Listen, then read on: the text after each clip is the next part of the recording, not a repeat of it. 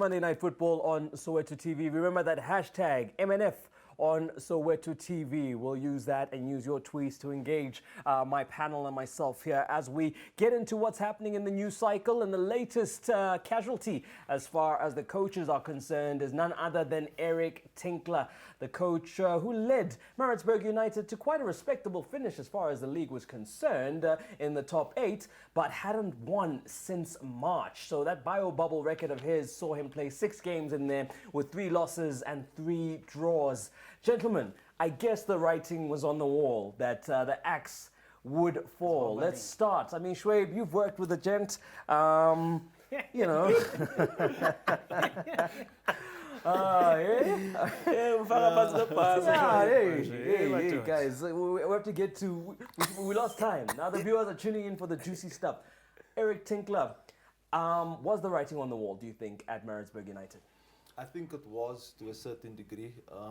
When I look at my experiences, and I can only but speak about my experiences, sure. When you're losing games on the trot, you get certain coaches that want to push you harder and harder. Sure. And then you get other coaches that when you're losing 2-3 games on the trot, they kind of want to inspire you, motivate you. Right. Now, I think that is maybe where the problem came in. Okay. And eventually losing the dressing room. Right.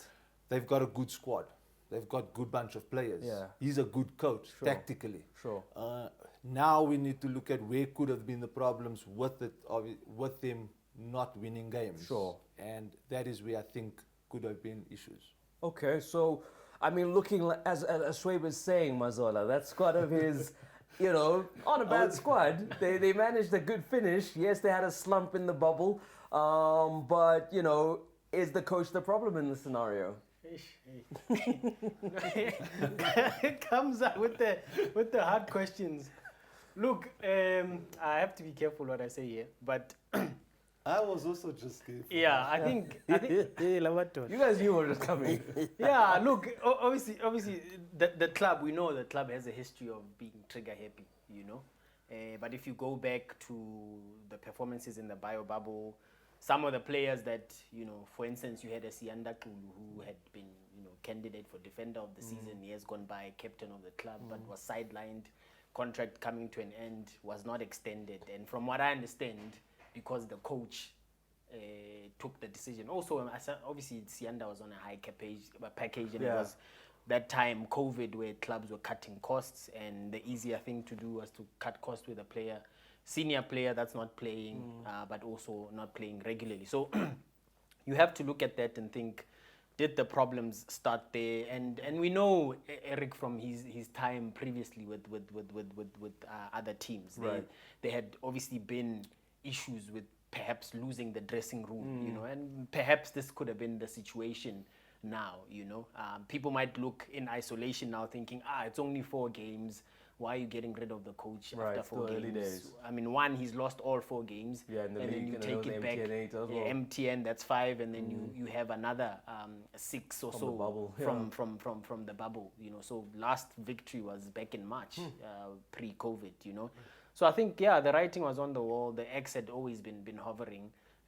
But there are some who could be more sympathetic to say, why not give the coach more time? Right. Like people came out when Fadlu was sacked after reaching a cup final and finishing, I think Maritzburg finished 4th on the table that season, and Fadlu was sacked halfway, midway through the season, you know. So, you know, that's what I'm saying. You have to put it in context. You have a club that's trigger happy, that presses panic buttons quite quickly, and then you have a coach that can be a bit difficult at and times. abrasive, yeah. You know, you know, but I mean, like, take nothing away from, like Shwaib said, he's a good coach. Sure. You know, his tactics, I've heard great things. Yeah.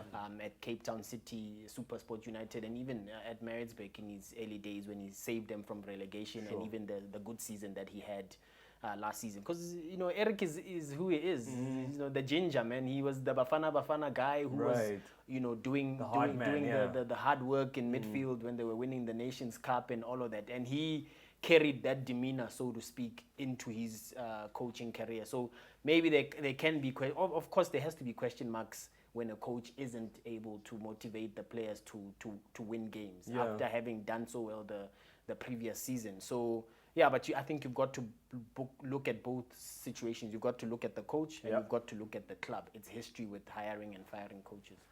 Umazola is referring to the loss of the dressing room, but obviously key personnel play into it. Losing Richard Ofori to Orlando Pirates, does that make your job as a coach harder when you've done what you've done in the season before, or do you think he still had the tools, Eric, to carry on and do what he needed to do?